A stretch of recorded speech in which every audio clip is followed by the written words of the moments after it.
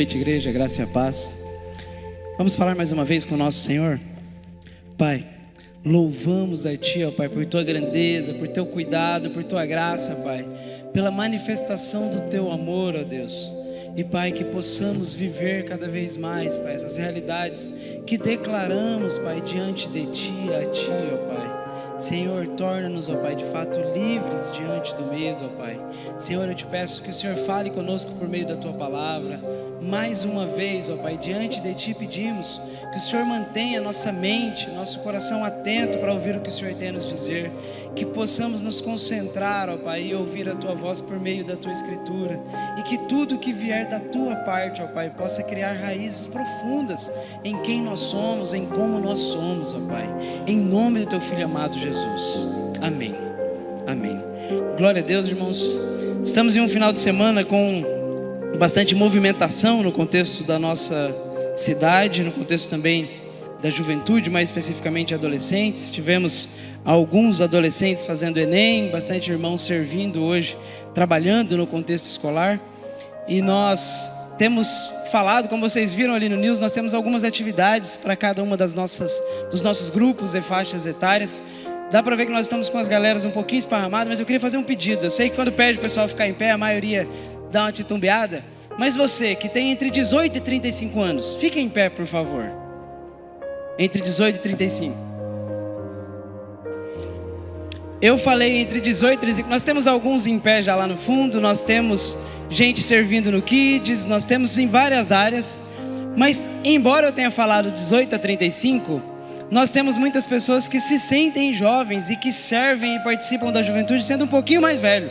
E eu gostaria que vocês, que fazem parte do contexto da juventude, que não estão na faixa do 35, mas que se colocassem em pé, lá no fundo nós vimos mais alguns. E gente, eu gostaria de encorajá-los a participarem do que nós temos oferecido pensando em juventude. Vocês viram que nós temos classes para jovens casados, para jovens solteiros. Podem sentar. Nós temos muita coisa acontecendo para adolescente, para a juventude. Vivemos nos últimos dias a alegria com o Happy Day, e nós vemos o que Deus está fazendo por meio, como é chamado no meio batista, nas novas gerações. Então é muito bom tê-los aqui conosco, e é muito bom ver os adolescentes que fizeram o Enem e já estão aqui. Que Deus os abençoe, e é muito bom estarmos juntos louvando e adorando o nosso Senhor. Irmãos, nós nessa noite vamos meditar, refletir no texto de Atos capítulo 16, onde a palavra do Senhor nos conta a história de alguns personagens. Nós vamos olhar com mais atenção para 3 deles, mas nós temos muitos personagens que são mencionados e muita coisa acontecendo ali. Nós acabamos de cantar que nós não somos mais escravos do medo, e nós vamos meditar nessa noite num texto onde nós contemplamos a mudança de uma situação de medo para uma situação de liberdade trazida pela parte do nosso Senhor.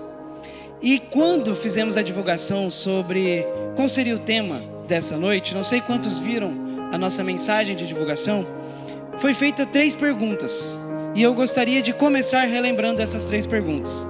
A primeira delas: como você se sente, como você age quando você se vê em uma situação de injustiça? Quando você faz algumas coisas, mas você é mal interpretado, você é vítima de pessoas mal intencionadas, de que forma você procede em situações como essa?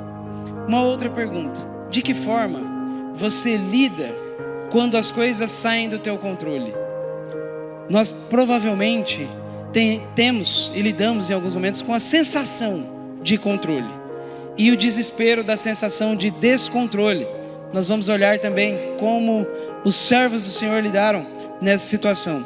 E por fim, a terceira pergunta é uma pergunta que salta do próprio texto, em que o carcereiro chega diante de Paulo e Silas e faz a pergunta que diria ser a pergunta, talvez a pergunta mais importante que nós poderíamos fazer: o que preciso fazer para ser salvo?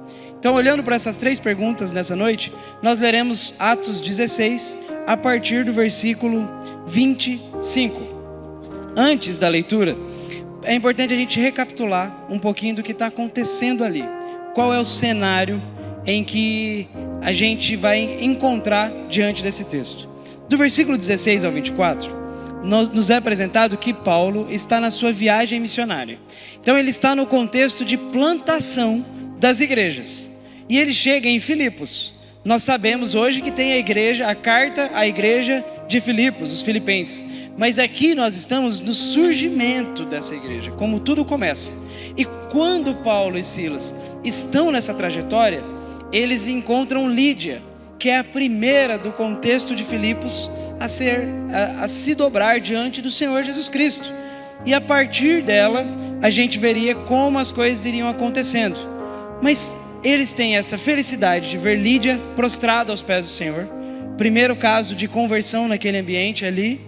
E eles estão propagando a mensagem do Evangelho. E enquanto eles estão fazendo isso, se levanta uma moça possessa por um espírito maligno. E isso é descrito de modo muito claro em Atos capítulo 16. E essa moça era tomada por um espírito de adivinhação. E ela fica seguindo o apóstolo e Silas, seguindo os missionários naquela trajetória. E ela vai seguindo e ela vai falando coisas. E ela fala coisas, em algumas situações a gente vê que ela fala coisas verdadeiras, como servos do Deus Altíssimo. Só que os missionários não precisavam do testemunho maligno para a propagação do Evangelho. E ela permanece atrás deles até que tem um momento em que eles a libertam desse espírito.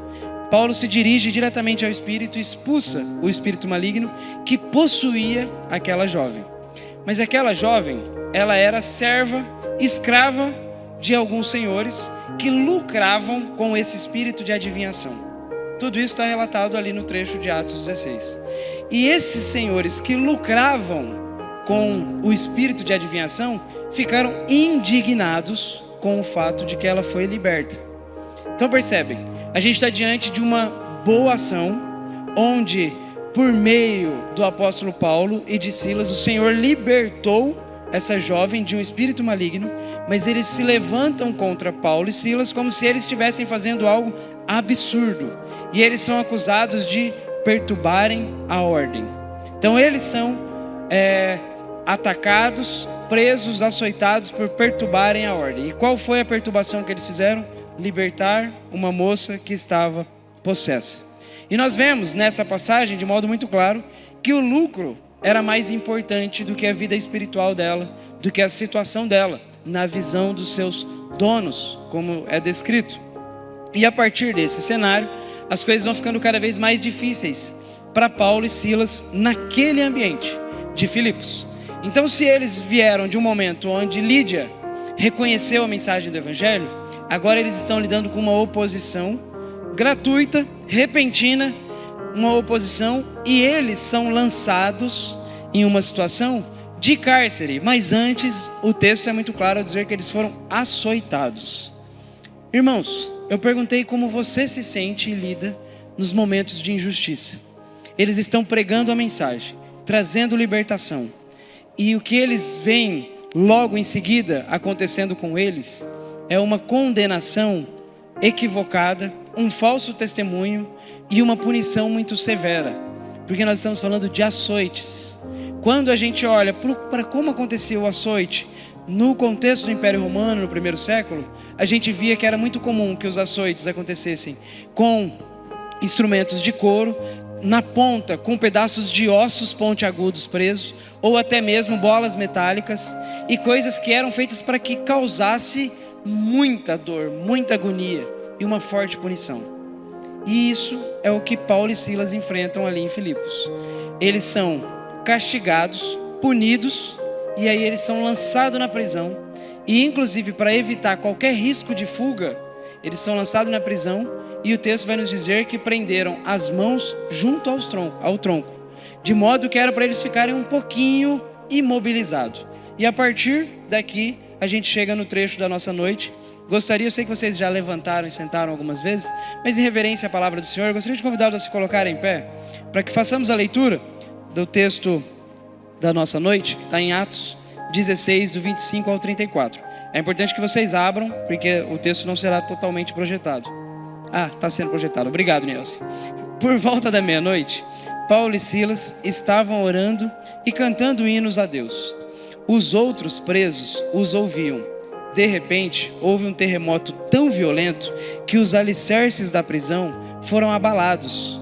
Imediatamente, todas as portas se abriram e as correntes de todos se soltaram. O carcereiro acordou e, vendo abertas as portas da prisão, desembainhou sua espada para se matar, porque pensava que os presos tivessem fugido. Mas Paulo gritou: não faça isso, estamos todos aqui. O carcereiro pediu luz, entrou correndo e trêmulo, prostrou-se diante de Paulo e Silas. Então levou-os para fora e perguntou: senhores, que devo fazer para ser salvo? Eles responderam: creia no Senhor Jesus e serão salvos você e os da sua casa. E pregaram a palavra de Deus a ele e a todos os de sua casa. Naquela mesma hora da noite, o carcereiro lavou as feridas deles. Em seguida, ele e todos os seus foram batizados.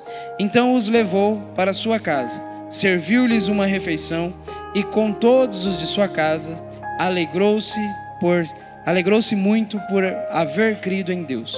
Os irmãos podem se assentar. Mantenham a Bíblia aberta, porque nós voltaremos algumas vezes em alguns desses trechos e nós vamos responder justamente as 3 perguntas que iniciamos. A começar pela pergunta: como você reage quando sofre injustiça? Como nós reagimos? E é curioso que a forma como nós reagimos, ela pode se manifestar nas nossas relações sociais, uns com os outros, mas ela também se manifesta muitas vezes na nossa relação com o Senhor, onde, diante de injustiça, a gente se volta para Deus e fala com Deus sobre a justiça dele.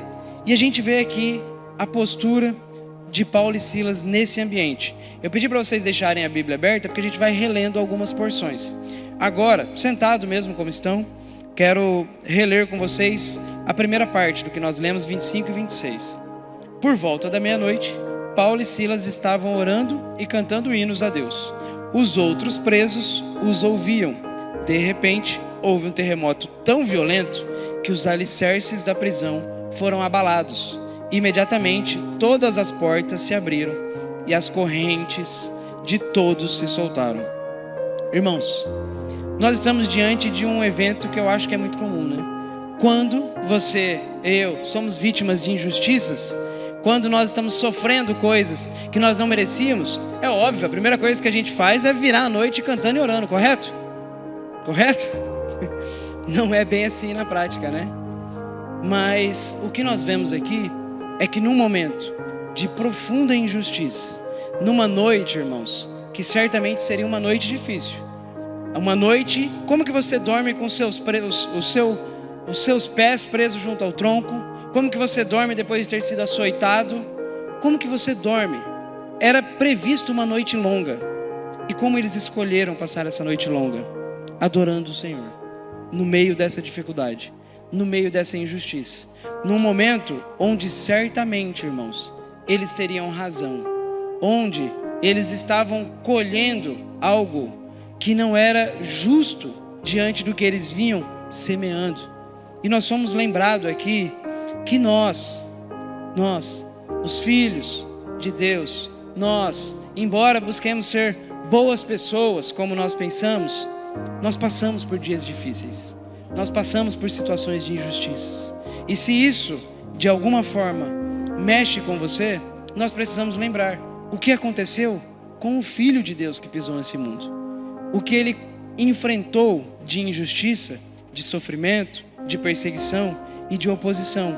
E o que nós vemos aqui é que eles, nessa situação, eles louvam ao Senhor, cantam hinos e oração, de modo que isso era audível para aqueles que estavam por todo o ambiente, da forma como é descrito. E nós percebemos mais adiante o que acontece depois disso. Enquanto eles louvam, oram, surge um terremoto local, um terremoto que causa um impacto onde eles estão e que faz com que todos eles sejam soltos, livres de certa forma. Então nós estamos vendo aqui que não foi um terremoto ocasional.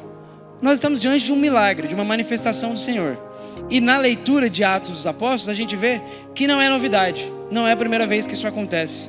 E inclusive, o que parece é que o próprio carcereiro estava temendo o que poderia acontecer, justamente por causa do que já havia acontecido de quando Pedro foi preso, de quando outras pessoas já haviam sido presas. Então a gente vê que diante da injustiça, eles se voltaram para o Senhor, e enquanto eles louvavam e adoravam ao Senhor, eles contemplaram o improvável acontecendo.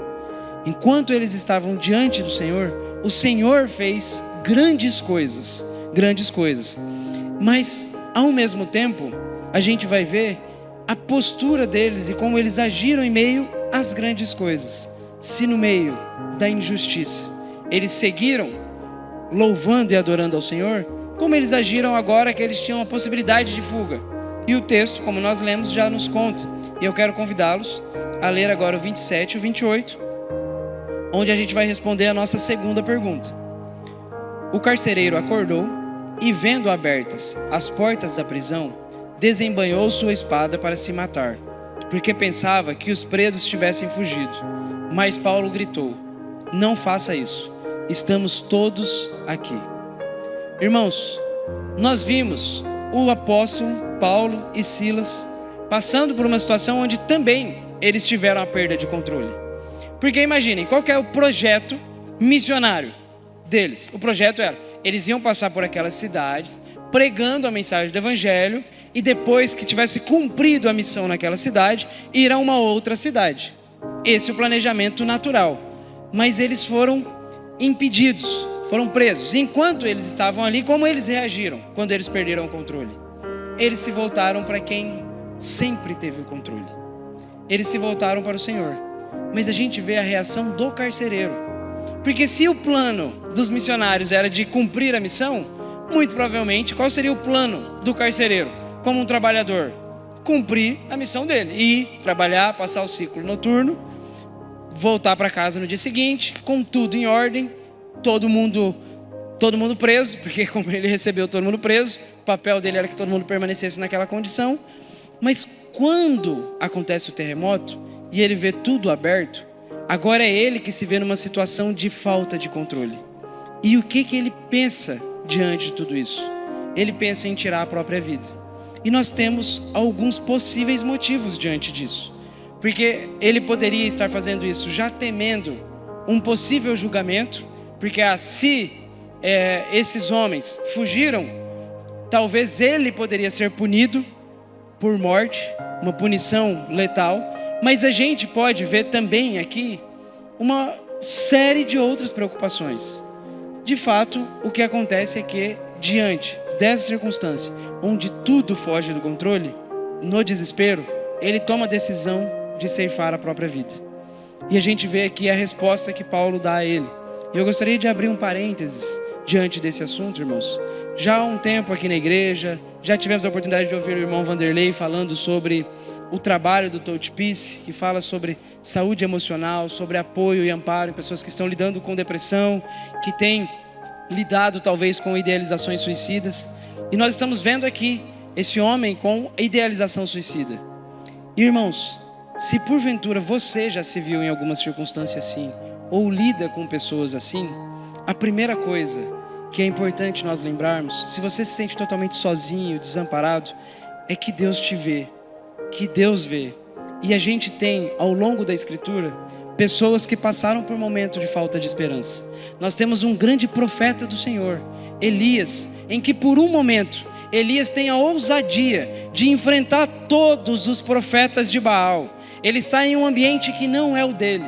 Ele tem a ousadia de enfrentar esse povo e falar, vamos ver quem é o Deus que se manifesta. Mas depois de tudo isso, há um momento em que Elias precisa fugir para proteger a própria vida. E no momento de fuga, enquanto ele está fugindo para não morrer, Elias ora a Deus pedindo para morrer. Elias passa por um momento de desesperança onde ele pediu para Deus a morte. E como Deus lidou com isso? Deus cuidou de Elias, Deus amparou Elias, Deus deu direção a Elias, Deus deu um novo olhar para Elias. Elias se sentia totalmente sozinho. E Deus mostra para ele que existiam vários outros que não tinham se dobrado, que ele não estava sozinho, que essa situação estava impossibilitando ele de perceber quem estava com ele. E irmãos, se porventura, em alguma ocasião, vocês se verem lidando com isso, que vocês possam lembrar que você não está sozinho, que você tem um Deus que zela por você, e que existem pessoas que te amam e que também estão aqui para te amparar, e que isso acontece também no nosso ambiente de igreja. Isso acontece também por meio de ferramentas como o Touch Peace. E se você nunca ouviu falar do Touch Peace, pode perguntar no balcão que vai ter um folheto falando sobre como funciona. Mas é uma ferramenta. E a mensagem que ecoou lá no cárcere é a mensagem que ainda ecoa. Não faça isso. Estamos todos aqui. Quando o carcereiro estava prestes a tomar a decisão não, a agir para ceifar a própria vida, Paulo disse: não faça isso, estamos todos aqui. E nesse contexto, onde eles estão ali, a gente vai perceber que as coisas vão começando a mudar um pouco de lugar. Paulo cuida, de certa forma, do carcereiro que queria tirar a própria vida. Irmãos, eu fico tentando imaginar, aqui eu abri um parênteses, mas agora eu abro um outro parênteses, o cenário de todo mundo que está na prisão. Primeiro, porque quem estava ali também viu o que aconteceu. E aí, se eles ainda tinham algum medo de, puxa vida, eu fujo ou não fujo? Se o carcereiro se matasse, aí era o cenário perfeito para quem quisesse fugir. Mas Paulo vai pelo caminho oposto. Não só não foge, como fala para o carcereiro: não, fica tranquilo, fique em paz, não faça isso, estamos todos aqui. E a partir desse ambiente, a gente vai ver que algumas coisas mudam na vida do carcereiro, desde esse não faça isso. E eu mencionei, irmãos, o caso de Elias. Nós tivemos há 2 anos aqui a oportunidade de receber o autor do livro chamado E Pediu para Si a Morte, o pastor Vilibaldo. E eu recomendo muito a leitura desse livro para todos os irmãos, ainda que você nunca tenha lidado com esse tema, mas eu recomendo muito a leitura. Então, fechado o parênteses longo que eu abri, quando a gente olha para esse trecho, de modo mais específico, versículo 27 e 28, a gente vê que o carcereiro já tinha tirado conclusões sobre o que tinha acontecido antes mesmo de verificar. E aqui a gente vê o impacto que tudo isso estava acontecendo na vida dele. O medo o induziu ao desejo de ceifar a própria vida. O medo fez com que ele já tirasse conclusões além do que estava acontecendo. Irmãos, humanamente falando, isso é muito possível de acontecer conosco, onde o medo, a ansiedade faz com que a gente não veja as coisas como de fato elas são, onde a gente tira conclusões das coisas antes de fato que as coisas possam pelo menos ter sido checadas. E nesse cenário surge a palavra do apóstolo Paulo acalmando o coração: não faça isso. Então, diante de possíveis ações impulsivas da nossa parte, em momento de medo, de ansiedade, que a gente possa lembrar dessa palavra, que a gente possa respirar e lembrar do Deus que conduziu Paulo até aqui. Então, a gente vê como o carcereiro reagiu quando ele perdeu o controle. A gente já viu como Silas e Paulo reagiram na injustiça e quando perdeu o controle. E agora, o carcereiro faz uma pergunta. Se as 2 primeiras perguntas a gente tirou a partir da interpretação do texto, essa terceira pergunta ela surge do próprio texto. E eu quero ler com vocês novamente essa terceira parte, do versículo 29 ao 31. A palavra de Deus diz assim: o carcereiro pediu luz, entrou correndo e trêmulo, prostrou-se diante de Paulo e Silas. Então levou-os para fora e perguntou: senhores, o que devo fazer para ser salvo? Eles responderam: creia no Senhor Jesus e serão salvos você e os da sua casa. Irmãos, a pergunta do carcereiro, ela é uma pergunta muito ampla, porque ele pergunta sobre salvação e há, inclusive, a dúvida sobre ele está pensando numa salvação um pouco mais momentânea, após ter visto a manifestação do poder de Deus trazendo um terremoto. Ele está pensando numa salvação profunda, eterna, e fato é que os apóstolos, eles vão fazer o trabalho que eles foram ali para fazer, e eles vão trazer luz. Se ele estava à procura de entender isso, eles vão trazer luz a respeito dessa questão, respondendo essa pergunta: o que fazer para ser salvo? E quando você pensa nisso, você, na sua vida, olhando hoje, como você responderia essa pergunta? Como você responderia isso a si mesmo? O que eu preciso fazer ou posso fazer para ser salvo? Como você responderia isso a outra pessoa? E a resposta que nós vimos, ela é muito objetiva no versículo 31. Creia no Senhor Jesus e serão salvos você e os da sua casa. A gente vê que eles responderam, o texto nos diz. Então, o que nos dá a sensação de que nós estamos diante do resumo dessa resposta. E eles responderam ao carcereiro, eles apresentaram a mensagem do Evangelho e o conduziram ao batismo, como nós lemos. Mas o curioso é que talvez a resposta mais esperada pelo carcereiro seja muito similar à resposta que ainda hoje muitas pessoas buscam. O que eu preciso fazer? E esperam uma lista de faça e não faça. Mas não foi isso que os missionários, que os apóstolos deram ao carcereiro. Eles não deram uma lista com: a partir de agora faça isso, isso, isso, isso, isso. A partir de agora deixe de fazer isso, isso, isso, isso. Eles falaram sobre crer. E nós sabemos muito bem que o crer vai ter impacto no ser, vai ter impacto no que nós fazemos, em como fazemos. Mas a ordem, ela parte do crer. E quando se pensa no crer, é natural que algumas pessoas possam olhar e falar: puxa, mas é só crer. E se eu crer, eu posso fazer o que eu quiser. E se você quer fazer o que você quiser, talvez é importante se perguntar se você realmente crê. Porque Jesus vai falar sobre aquele que crê, aquele que ama e guarda os seus mandamentos. A gente vai ver lá em Tiago, sendo dito de modo muito objetivo, que até os demônios creem. E é dito que eles creem e estremecem. Então a gente vê que a gente olha para a crença como ponto de partida. E ela é o nosso sustentador, ela é quem nos guia a fé no nosso Senhor. Mas a gente vai perceber, inclusive já na vida do carcereiro, que a crença traz impacto na forma como nós somos, na forma como nós vivemos, na forma como nós agimos. E também é significativo que o carcereiro faz uma pergunta sobre ele, sobre como ser salvo. E a resposta de Paulo e Silas não é uma resposta somente sobre ele, é uma resposta sobre ele e sobre os seus, sobre aqueles da casa dele. Não é uma garantia aqui de que se uma pessoa da sua casa foi salvo, todo mundo está salvo, não precisa mais se preocupar em pregar o Evangelho. Não é nada disso. Mas o que ele está dizendo é: se a mensagem da salvação chegou à sua casa, tem tudo para que a sua casa seja salva.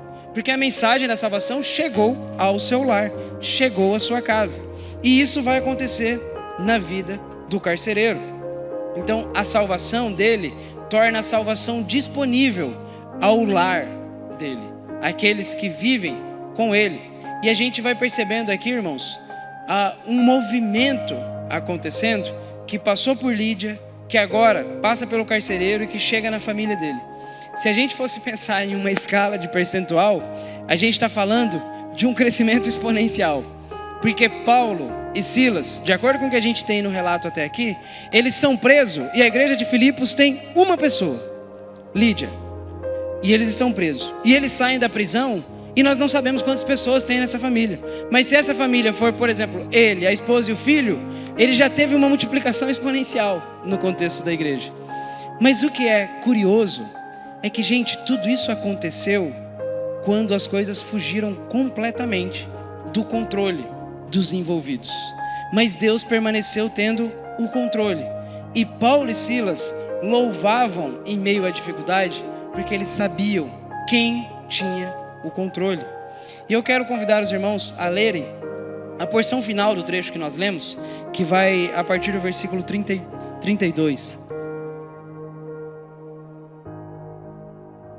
Diz assim, a partir do 32: E pregaram a palavra de Deus a ele e a todos os da sua casa. naquela mesma hora da noite, o carcereiro lavou as feridas deles. Em seguida, ele e todos os seus foram batizados.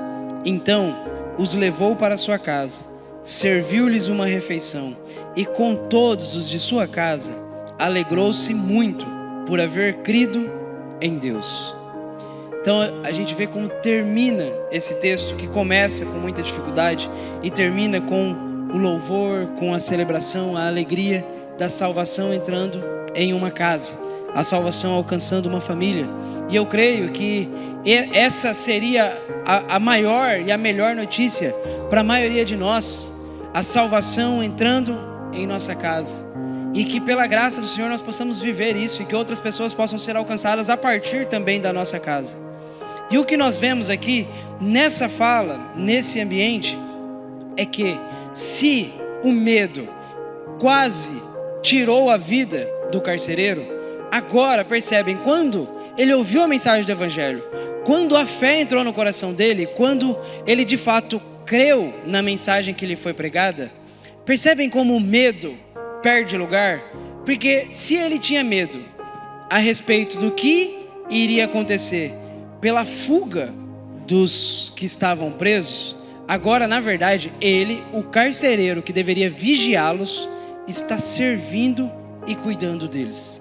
Se ele fosse escravo do medo, isso já não aconteceria. Não teria como ele se colocar numa situação como essa. Mas agora ele desfruta da liberdade que o Senhor traz, em que, na verdade, todas as outras coisas se tornam secundárias diante do Senhor e da sua grandeza. E a gente vê que a fé que toca aquele homem, rapidamente o transforma em servo, rapidamente o transforma em anfitrião, rapidamente faz dele alguém que ainda que esteja começando, mas alguém que imita os passos de Cristo, alguém que lavou, que limpou, que cuidou, que alimentou, que serviu. Irmãos, se a gente olha para tudo isso, pensando no contexto de como o capítulo começou, é impossível imaginar isso acontecendo humanamente falando. Mas a gente percebe como Deus muda a história, como Deus move os corações, como Deus trabalha na vida das pessoas, mesmo em meio às circunstâncias que são muitas vezes hostis, que são difíceis. E a dificuldade era para aqueles que estavam em cárcere, e a dificuldade surgiu também na vida do carcereiro. Então a gente vê a mensagem que foi dada a ele, que respondeu essa pergunta. E essa mensagem sobre a crença, sobre o batismo, ela também é repetida constantemente. Nós conhecemos Romanos 10, 9, onde vai falar sobre confessar com a boca e crer em seu coração. O convite que Deus faz a cada um de nós, a oportunidade que foi escancarada na vida do carcereiro, foi justamente essa, de crer em todo coração, de crer no coração. E isso foi visto no fruto, na forma como ele lidou com isso, onde ele levou os discípulos, na forma como ele cuidou e na oportunidade que foi dada de que outras pessoas ouvissem a palavra que ele ouviu.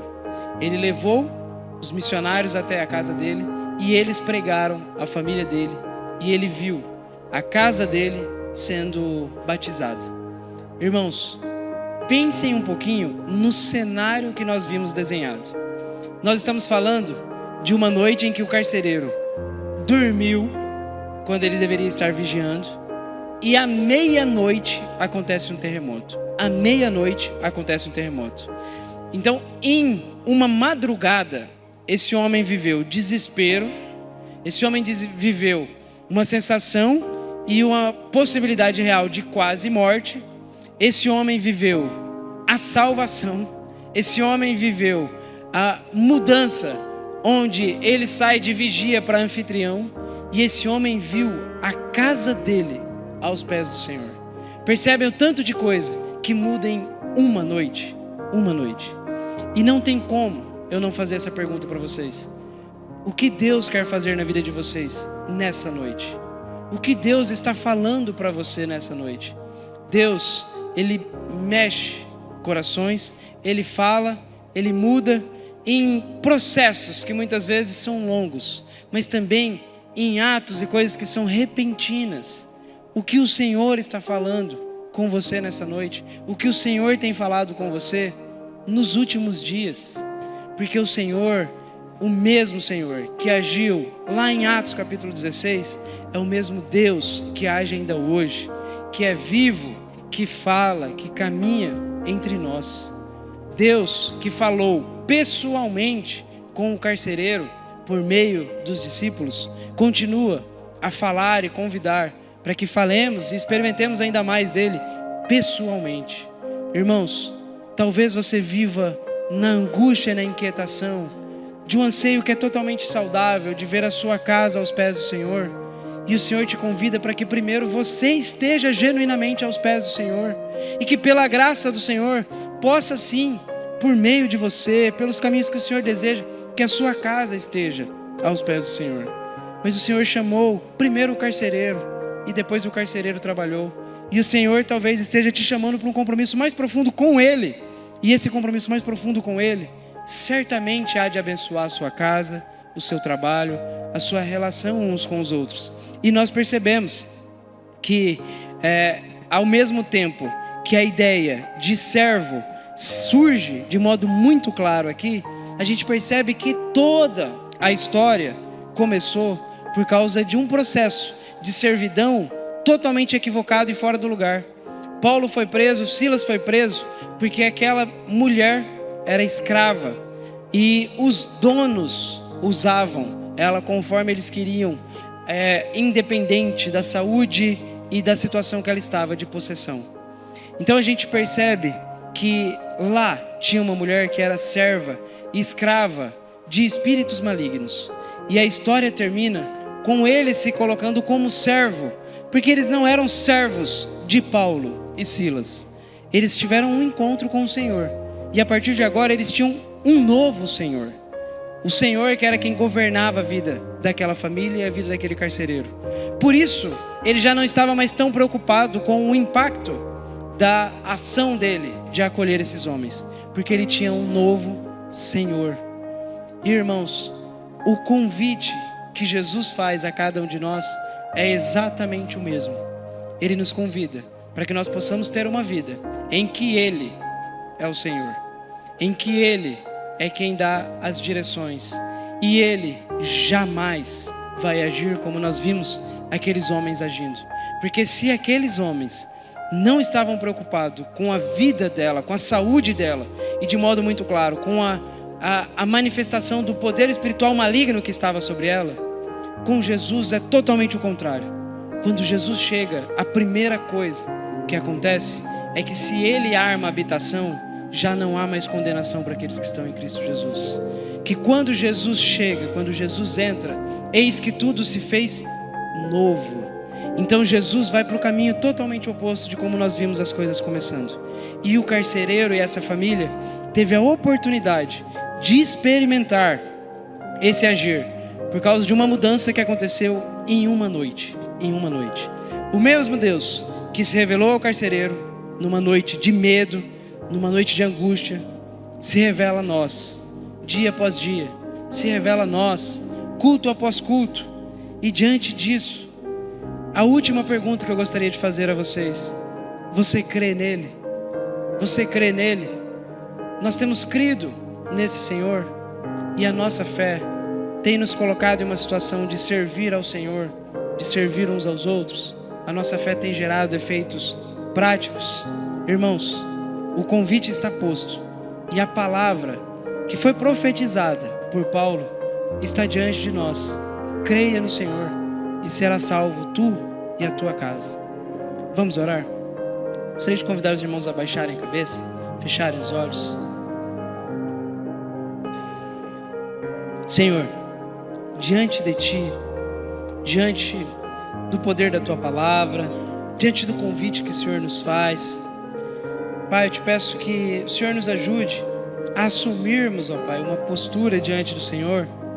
Nos ajude, ó Pai, a termos uma postura de permanecer perto de Ti, mesmo quando os dias são difíceis, mesmo quando as coisas fogem do controle, mesmo quando a gente acaba sendo vítima, Pai, de injustiça, nos ajude a permanecer perto de Ti, ó Pai. Senhor, que nos momentos em que a gente estiver angustiado, desesperado, por não termos o controle, Pai, que o Teu Espírito Santo nos lembre que o controle nunca saiu das Tuas mãos, ó Pai. Nos ajude, ó Pai, a confiar e, Pai, melhor ainda, nos ajude a entregar, ó Pai, tudo e todo o controle a Ti, Senhor.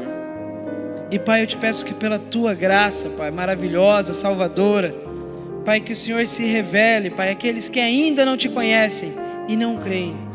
E, Pai, que nós possamos caminhar como aqueles que creem. E, Pai, que nós e a nossa casa seja salvo diante do Senhor, ó Pai. Em nome do Teu Filho amado Jesus. Amém. Amém.